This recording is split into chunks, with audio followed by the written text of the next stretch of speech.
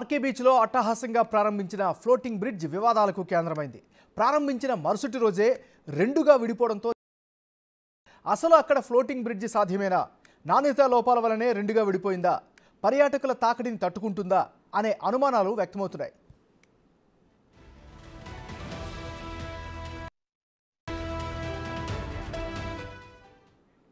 ₹1,50,00,000 ఏర్పాటు చేసిన floating bridge తెగిపోవడంతో నాణ్యతా లోపాలు బయటపడ్డాయి.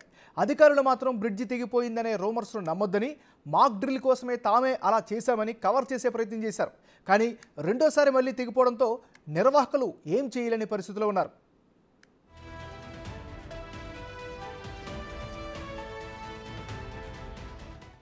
విశాఖ ఆర్కే బీచ్లో ఏర్పాటు చేసిన ఫ్లోటింగ్ బ్రిడ్జ్ వ్యవహారంపై మరింత సమాచారాన్ని మా ప్రతినిధి రాజు అందిస్తారు.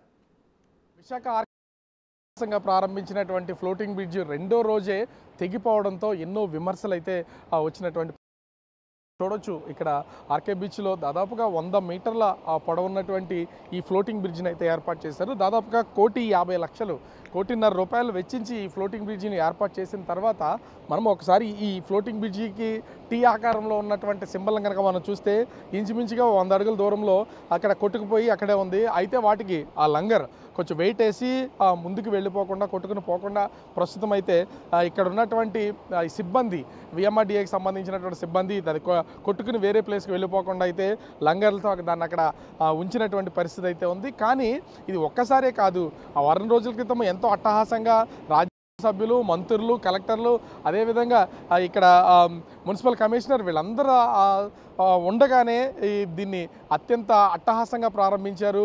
పబ్లిక్కి అంటే వస్తున్నటువంటి వాళ్ళకి ₹100, పిల్లలకైతే ₹70, 15 నిమిషాల పాటు ఈ మొత్తం ఫ్లోటింగ్ బ్రిడ్జ్ మీద ఉండేలాగా అయితే ఏర్పాటు చేశారు.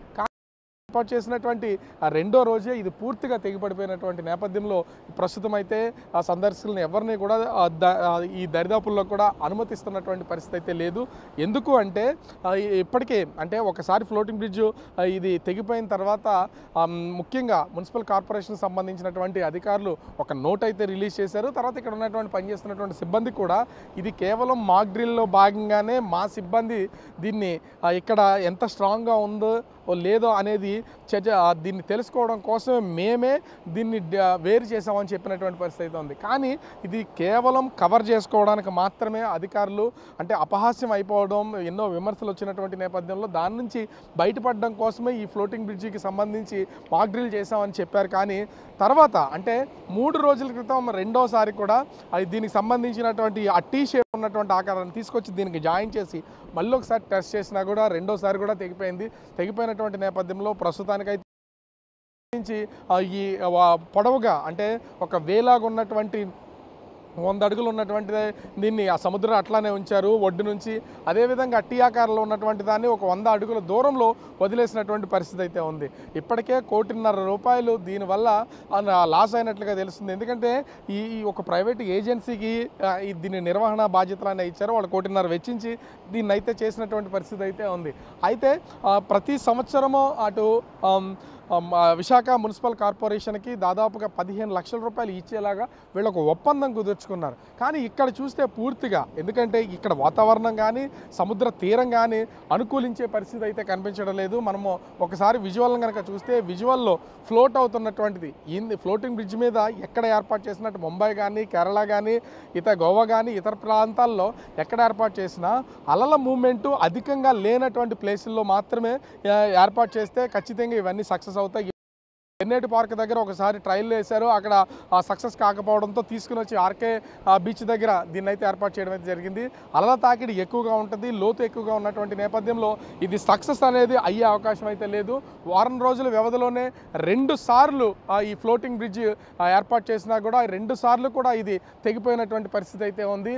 దీంతో దిక్కుతోచినటువంటి పరిస్థితుల్లో ఇక్కడ దీన్ని ఏర్పాటు చేసినటువంటి ఏజెన్సీ కానీ అధికారులు కానీ వీళ్ళందరూ ఇలా వదిలేసినటువంటి పరిస్థితి అయితే ఉంది. అంటే ఇప్పుడు ₹1,50,00,000 పూర్తిగా సముద్రం పాలైనట్లుగానే చెప్పుకోవచ్చు.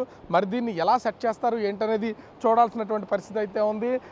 వస్తున్నటువంటి అంటే ఈ అలలు మనకు కనిపిస్తున్నటువంటి అలలు అక్కడ వరకు మాత్రమే ఈ ఫ్లోటింగ్ బ్రిడ్జ్ అనేది సక్సెస్ అయ్యే అవకాశం ఉంటుంది. కానీ పై వరకు అంటే పెద్ద పెద్ద అలలు వచ్చిన చోట నిలబడడానికి కానీ అవకాశం లేదు, ఊరికే తెగిపోయే అవకాశం అయితే కనిపిస్తుంది. ఈ నేపథ్యంలోనే ప్రస్తుతం అయితే ఈ ఫ్లోటింగ్ బ్రిడ్జిని సందర్శకులు ఎవరో వెళ్లకుండా తాత్కాలికంగా నిలుపుదల చేసినటువంటి పరిస్థితి అయితే ఉంది. మరి ఏం చేస్తారు, దీన్ని ఈ ₹1.5 సంబంధించి వేస్ట్ అనే అనుకుంటారా లేదా ఎక్కడి నుంచి తరలిస్తారా, ఖచ్చితంగా దీన్నే పగడ్బందీగా ఏర్పాటు చేస్తారనేది మాత్రం వేచి చూడాల్సినటువంటి పరిస్థితి అయితే ఉంది. కెమెరామెన్ రాజు, బిగ్ టీవీ, విశాఖపట్నం.